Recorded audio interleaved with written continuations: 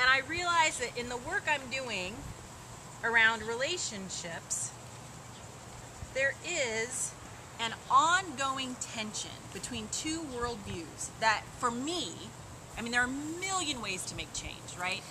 And most of them eventually will come down to relationships. Like if you kind of keep stripping their essence, they'll continue to come down to relationships.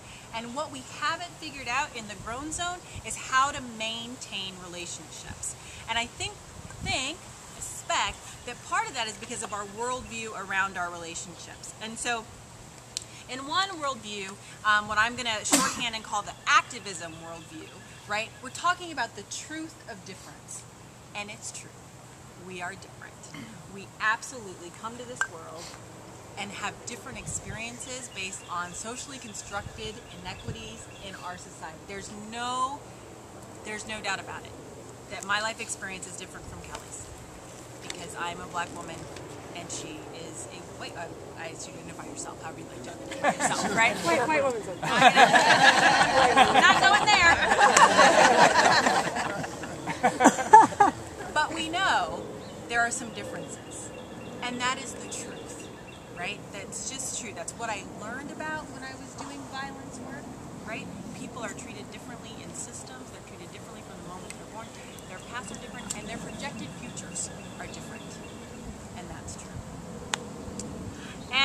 But what is also equally true is there is commonality between us. You know, I say things like, we all cry when we're hurting. You know, we all laugh. We all love babies, right? I talked about my son being born and we were like, yeah, right? So there's commonality between us. So that is equally true. Where we get into trouble is when we want to say this truth or this truth is ascendant, right? When we lack the skills or the consciousness to hold the truth of difference and know that we are truly different, and or lack the truth of commonality and refuse to see how we are similar and alike and what we can do together. So I started to think about, okay, so if these are both true, right, and that's why I like kind of kept getting so confused, right, because I would kind of go from one camp to another, right, like, so I could go to my activism friends and like totally speak truth to power, see that quote, the heart is a muscle the size of your fist, keep loving, keep fighting. Like I could feel that, right? I could get it. And I could go in my hosting teams and feel that common humanity and know it was true whether I was working with someone, how do you identify? Right now, a white man. From a native ancestry. From Canada, British Columbia. Exactly. Who says process? To my friend from Denmark, to Marianne from Zimbabwe, like I could feel the power of that common humanity in my hosting practice. I could speak about consciousness and collectivity, and I could, what's that Michael Silverblatt quote? We all have the keys to one another's locks, but until we start to talk, we don't know it, right? I could feel it. And I kept going back and forth, right? Like, how do you hold both of these things? That was where Kelly again came in. Do you want to say anything before I keep going? I'm getting in the river with you there. Awesome. And it occurred to me, as we did a training in New York City, that both of these, the truth of difference and the truth of common humanity or the commonality, both are completely appropriate, acceptable, strong, good ways to make change in this world. You can walk this path in the truth of difference and honor and name and understand difference and get to make change. You can walk this path of we are all together in it. We have some commonality that we can build upon. We are more alike than we are different. That is beautiful, and that too can make change. And I think there's something more.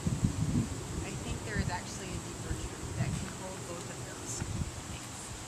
And so that's the practice that I wanted to bring today, because as I was talking to Chris and Kelly last night, and we were talking about you as a group of people, and some of the questions you were bringing, that question of if we have everything we need, why haven't we gotten there yet?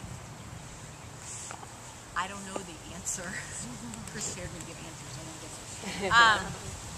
But I think that part of it is our lack of consciousness or skill to hold both of these truths, right? Because often in a binary world, one or the other. So I was trying to walk one of these paths, kind of jumping across, and I started to think about, is there a deeper truth? And that we started calling that the truth of co-revelation.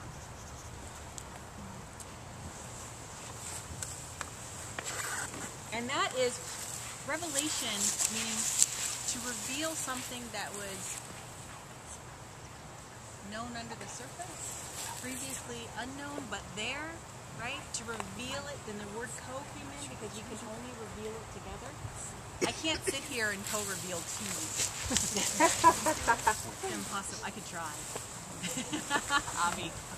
I'm going to give it a try. But that can only be discovered together. Co-revelation as a practice of holding truth and difference and commonality.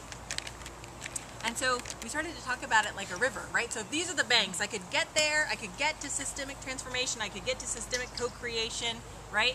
Either of these ways. But what if I just walk along ways? What if I just jumped in the river of co-revelation? Said I'm going to hold both of these things as both being true. What would that do? Could I get there? I don't know if even faster, because I think of co-revelation as taking the next step together, right? Just taking the next step together. Break on it. Can I interrupt now? Please. Is this a good place? I was waiting.